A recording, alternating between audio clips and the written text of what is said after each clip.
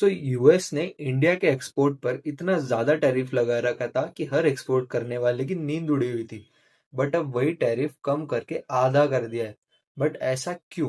फरवरी 2026 में मोदी और ट्रम्प के कॉल के बाद एक बड़ा अनाउंसमेंट हुआ। इंडिया पर जो टैरिफ पहले 50% था, अब उसे घटाकर सिर्फ 18% कर दिया। अब ये 50% था क्यों? सो ये दो पार्ट्स में डिवाइड था। पहला 25% था रेसिप्रोकल टैरिफ, और जो एक्स्ट्रा 25% था वो था पनिशमेंट टैरिफ, जो ट्रम्प ने 2025 में लगाया था क्योंकि इंडिया रशिया से सस्ते में क्रूड ऑयल खरीद रहा था।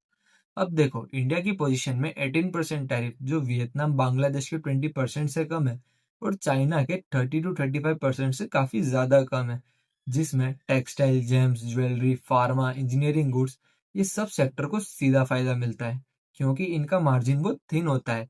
और मैंगो, कैशू, स्पाइसेस, टी जैसे आइटम्स अब यूएस में जीरो ड्यूटी के साथ जाएंगे।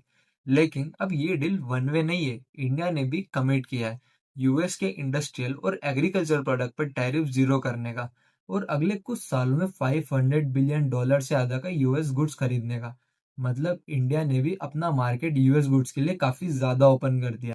अब असली ट्विस्ट यहाँ आता है। लॉजिक ये कहता है कि अगर टैरिफ कम होगा तो एक्सपोर्ट बढ़ेगा, तो ट्रेड डेफिसिट भी कम होना चाहिए।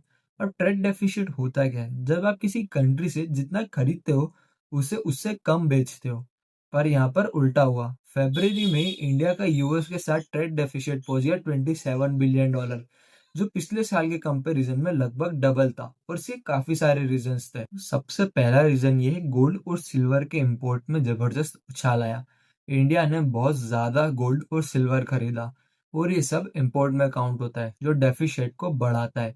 दूसरी वजह है, गल्फ रीजन में टेंशन बढ़ने से शिपिंग और इंश्योरेंस कॉस्ट काफी बढ़ गई। मतलब सामान मंगवाने से पहले ही महंगा हो गया।